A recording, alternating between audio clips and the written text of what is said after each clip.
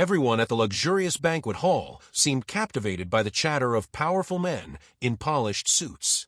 But in the far corner, one guest sat silent, ignored, dismissed, invisible. He wasn't unimportant. In fact, he held the key to a deal worth billions. Yet because he couldn't hear their words, no one cared to include him. They laughed over him, waved him aside, treated him as if he didn't exist. What no one knew was that a quiet maid's daughter was about to change everything. But how?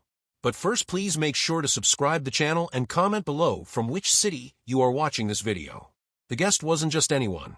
He was a brilliant entrepreneur who had built an empire from the ground up without ever hearing a single sound. Born deaf, he had learned to navigate a world that often refused to accommodate him. His brilliance lay in innovation, in seeing possibilities where others saw limitations. His company had recently developed a technology that could revolutionize entire industries, attracting investors from around the globe. Tonight's event was supposed to be his moment, the gathering where everything would align, where partnerships worth billions could be forged. Yet beneath the glittering chandeliers and polished marble floors, an unease lingered. The room was filled with executives and dignitaries, people who claimed to champion progress, yet whose eyes slid past him as though he were invisible. They greeted one another with warm handshakes, but when their gaze reached him, it faltered. Conversations hushed, then picked up again, excluding him entirely.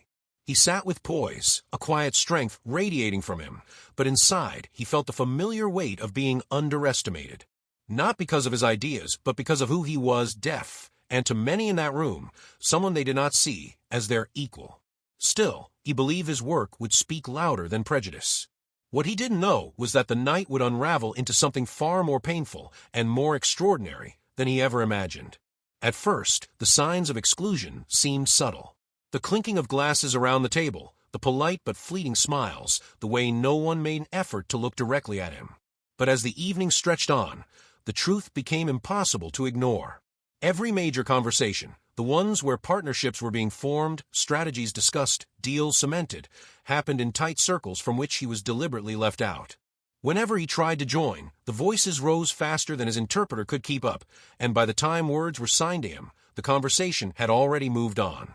They spoke over him, past him, around him. It wasn't just the challenge of his deafness, it was the color of his skin, too. In this sea of powerful white executives, he stood out, and not in the way brilliance should have made him stand out. Instead, they saw him as an outsider, a token presence to make the event look inclusive. The deeper truth cut like glass. He wasn't merely ignored because he couldn't hear them.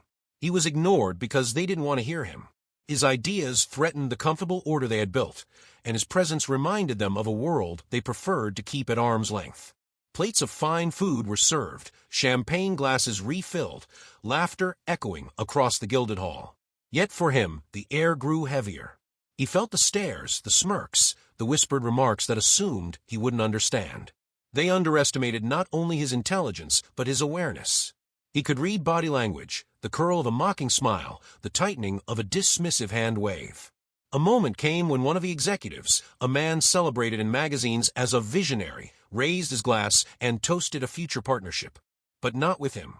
With another company, whose technology was inferior, whose vision was short-sighted. The message was loud without words. They would rather settle for less than work with someone they deemed unworthy. The humiliation pressed against him, but he remained composed. His silence, mistaken for weakness, was in fact the only armor he had left in the room. Yet deep inside, anger flickered. He had sacrificed too much, fought too many battles to be erased now. And then, something unexpected happened. As he glanced toward the far corner of the hall, he noticed movement. The maid's young daughter, barely in her teens, stood quietly, balancing a tray of glasses with practiced grace. But her eyes were on him. Unlike the others, she didn't look away when he met her gaze. She signed something, hesitant, but clear enough for him to recognize. She knew his language. For the first time that evening, warmth stirred in his chest. Someone had seen him. Someone had acknowledged his existence. What he didn't yet realize was that this fleeting spark of recognition would ignite a chain of events that no one in that glittering hall could have predicted. The banquet reached its peak when the investors gathered around the head table. Documents were spread out, signatures prepared, the billion-dollar deal about to be finalized. And yet, the man whose innovation had sparked this entire gathering sat at the edge, excluded like a shadow. He could see the papers, see the pens gliding across contracts that had been negotiated without him, as though his presence meant nothing at all. The humiliation was sharp, but then came the breaking point. One executive leaned close to another and whispered, a whisper he didn't need ears to understand. The smirk, the sideways glance, the casual hand motion said it all. He doesn't belong here. It was the moment he realized this wasn't oversight. It was deliberate erasure.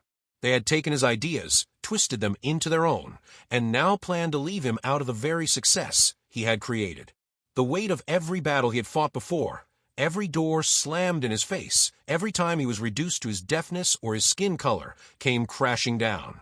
The room blurred, not from weakness, but from the sheer force of injustice pressing against him. And then, just as the final papers were about to be signed, movement broke the silence. The maid's daughter stepped forward, trembling but determined, tray clutched to her chest. No one noticed her at first. But then her hands lifted, signing words with clarity and urgency. She revealed the truth she had overheard while moving quietly through the room. The executives had plotted to cut him out, to steal what was his. Her small hands, moving with courage far beyond her years, threw the hall into chaos.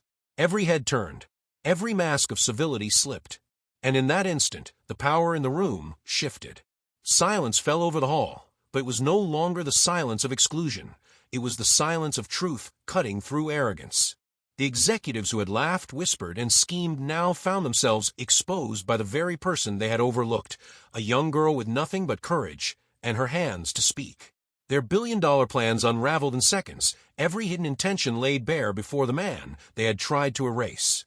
For the first time that evening, all eyes turned toward him, not with dismissal, but with recognition they could no longer deny. And he didn't need to raise his voice to reclaim what was his.